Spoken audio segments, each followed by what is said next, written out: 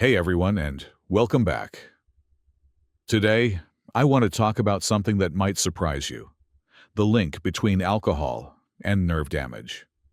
I've heard from many of you who experience that uncomfortable numbness, those pins and needle sensations, and that burning pain in your feet and legs, especially at night. While there can be several reasons for these symptoms, alcohol can be a significant and often overlooked culprit.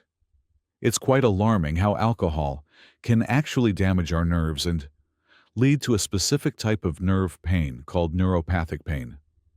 What's even more concerning is that some individuals who are already struggling with chronic pain might turn to alcohol as a way to self-medicate and cope with emotional distress, unknowingly potentially causing even more harm to their bodies and exacerbating their pain in the long run.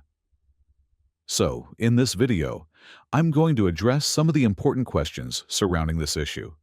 We'll explore how much alcohol can lead to this kind of nerve damage, whether the damage is reversible if you stop drinking, what to do if you rely on alcohol to fall asleep at night, and what treatment options are available for pain caused by alcohol-related neuropathy. So, let's have an open and honest conversation about alcohol neuropathy today. When it comes to alcohol and nerve damage, the general rule is that the higher the amount of alcohol consumed and the longer a person drinks heavily, the greater their risk of developing neuropathy. If someone consistently drinks more than 100 grams of alcohol per day for many years, and to put that in perspective, that's roughly equivalent to about 7 standard drinks every day. It's almost a certainty that they will eventually develop alcohol-related neuropathy. What's insidious about this condition is that the symptoms often start very mildly and progress slowly over time. Because of this gradual onset, many individuals don't even realize they have developing numbness or subtle gait problems until the nerve damage becomes quite significant and they start experiencing more noticeable issues like frequent tripping and falling. It's also important to understand that alcohol-related neuropathy can affect people in different ways, and the extent and type of nerve damage can vary. Here are some examples of the problems that alcohol can cause within the nervous system. Sensation problems. These are often the first and most common symptoms. They typically begin in the feet and gradually progress upwards to the legs and even the knees.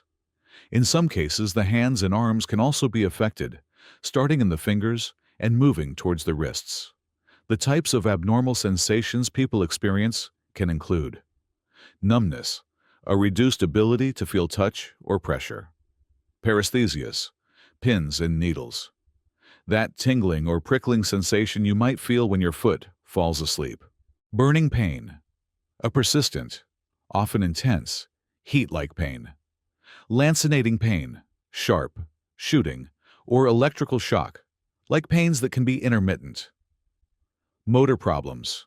Alcohol can also damage the nerves that control our muscles, leading to muscle wasting, atrophy, a decrease in muscle mass, often noticeable in the lower legs and feet; muscle weakness, difficulty with movements such as lifting the feet, foot drop, or gripping objects.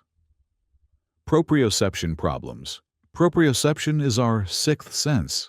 It's the ability to sense the position of our joints and body parts in space without having to look. Here's how it normally works. Even if I close my eyes, I can still tell if my arm is raised or bent, or if my foot is pointing up or down. Alcohol is toxic to the nerve fibers that carry this crucial positional information from our limbs back to our brain. When these nerves are damaged, a person can lose their sense of joint position, leading to clumsiness, unsteadiness, and an increased risk of tripping and falling. Cerebellar dysfunction. Alcohol is also toxic to the cerebellum, a part of the brain located at the back that plays a vital role in coordinating movement, balance, and posture. Damage to the cerebellum due to chronic alcohol use can result in difficulties with coordination, unsteady gait, walking, and problems with fine motor skills. Autonomic nervous system issues. The autonomic nervous system controls many of our involuntary bodily functions, such as heart rate, blood pressure, digestion, and bladder control.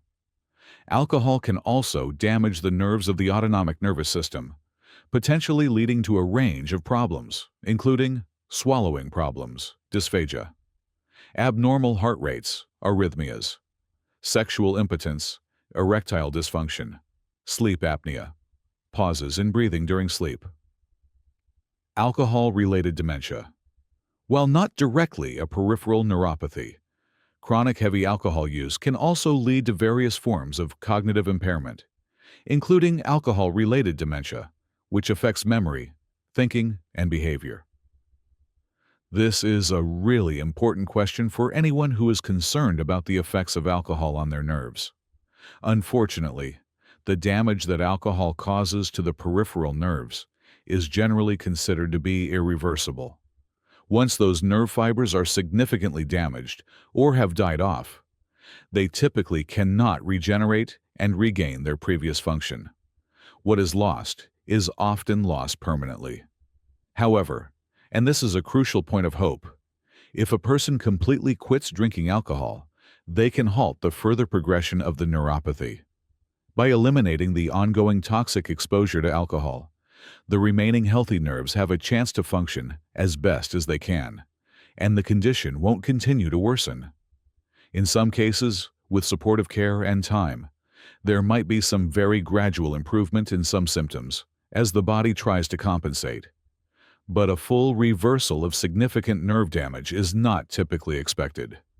It's also vital to remember that if a person has been drinking alcohol daily for a prolonged period, they should not attempt to stop abruptly on their own. Sudden alcohol cessation can lead to serious and potentially life-threatening withdrawal symptoms, including seizures and hallucinations. Individuals who are physically dependent on alcohol need to reduce their intake slowly and under medical supervision. Sometimes, doctors will prescribe medications to help manage withdrawal symptoms and prevent complications like seizures. This is a common and understandable concern. Many people find that a drink or two before bed seems to help them relax and fall asleep more easily. However, while alcohol might initially have a sedative effect, it's actually a terrible substance to take if you're looking for good quality sleep. A few hours after you drink alcohol, even if it helped you fall asleep initially, it disrupts your sleep cycle. Alcohol significantly reduces the amount of time you spend in REM, rapid eye movement sleep, which is a crucial stage of sleep for cognitive restoration, memory consolidation, and emotional processing. Skimping on REM sleep can lead to daytime sleepiness, poor concentration, mood disturbances, and a general feeling of being unrested, even if you slept for what seemed like a sufficient number of hours. Furthermore, as the alcohol is metabolized by your body, it can lead to fragmented sleep, meaning you wake up more frequently during the night and have difficulty falling back asleep. It can also worsen conditions like sleep apnea in some individuals.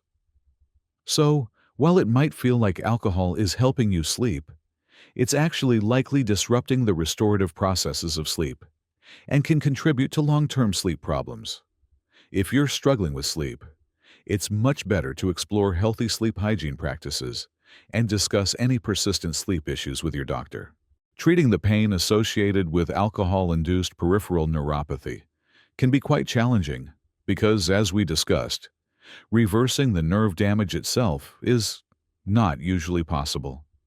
Since the nerves are often irreversibly affected, the focus of treatment is primarily on managing the symptoms and preventing further damage by completely abstaining from alcohol. One important aspect of treatment involves addressing any underlying nutritional deficiencies, particularly B vitamins, like thiamine, vitamin B1, as alcohol abuse can often lead to these deficiencies, which can contribute to nerve damage. Supplementation with B-complex vitamins is often recommended. For the neuropathic pain itself, doctors may prescribe some of the medications that are commonly used to treat nerve pain from other causes. These can include gabapentin, an anticonvulsant, medication that can help to calm overactive nerves. Pregabalin, another anticonvulsant with similar effects to gabapentin. Amitriptyline, a tricyclic antidepressant that can be effective for certain types of nerve pain. Duloxetine, a serotonin norepinephrine reuptake inhibitor, SNRI, antidepressant that is also approved for treating neuropathic pain. You can find more detailed information about each of these medications in other videos I have on my channel. It's important to note that common over-the-counter painkillers like anti-inflammatory drugs, NSAIDs, such as ibuprofen or naproxen, and acetaminophen, Tylenol, are generally not very effective for treating this type of neuropathic pain because they work through different mechanisms that don't target nerve pain directly. Alpha-lipoic acid is an antioxidant that is available without a prescription and has shown some promise in helping with peripheral nerve pain in some studies, although the evidence is still somewhat mixed. It's thought to help protect nerve cells from damage. If you're considering trying alpha-lipoic acid, it's still a good idea to discuss it with your doctor. It's also crucial to remember that peripheral neuropathy is not the only health problem that can result from regular alcohol use. Chronic alcohol consumption can significantly increase the risk of developing various serious conditions, including cancer, gout, pancreatitis, depression, dementia, cardiovascular diseases, and anemia. While alcohol might seem to help with falling asleep initially, as we discussed, it disrupts the quality of sleep. Therefore, people should avoid drinking alcohol, ideally for at least 4 hours before their bedtime, to minimize its negative impact on their sleep cycle. Furthermore, individuals who are taking other sedating medications for pain or other conditions should absolutely avoid alcohol, as the combination can significantly increase drowsiness, dizziness, and the risk of other dangerous side effects. These sedating medications include opioids, other antidepressants, anticonvulsants, benzodiazepines like Valium or Xanax, muscle relaxants, and even cannabinoids. Finally, it's critical to be aware that alcohol is a significant factor in many motor vehicle collisions, accidents at work, falls, and fractures. You should always avoid drinking alcohol before engaging in any activity that requires your full attention, concentration, and the operation of machinery. If you found this information about alcohol and neuropathy helpful and important, please don't forget to give this video a thumbs up. It really helps to spread awareness about this often overlooked connection. And if you're interested in learning more about chronic pain, its diagnosis, treatment, and prevention, please subscribe to this channel and turn on the notifications so you don't miss any of my future videos. You can check out my next video right here. I hope you find it informative as well. Thank you so much for watching, and please take care of yourselves. If you are concerned about your alcohol use or its potential impact on your health, please reach out to your doctor or a local support organization. Help is available. Goodbye for now.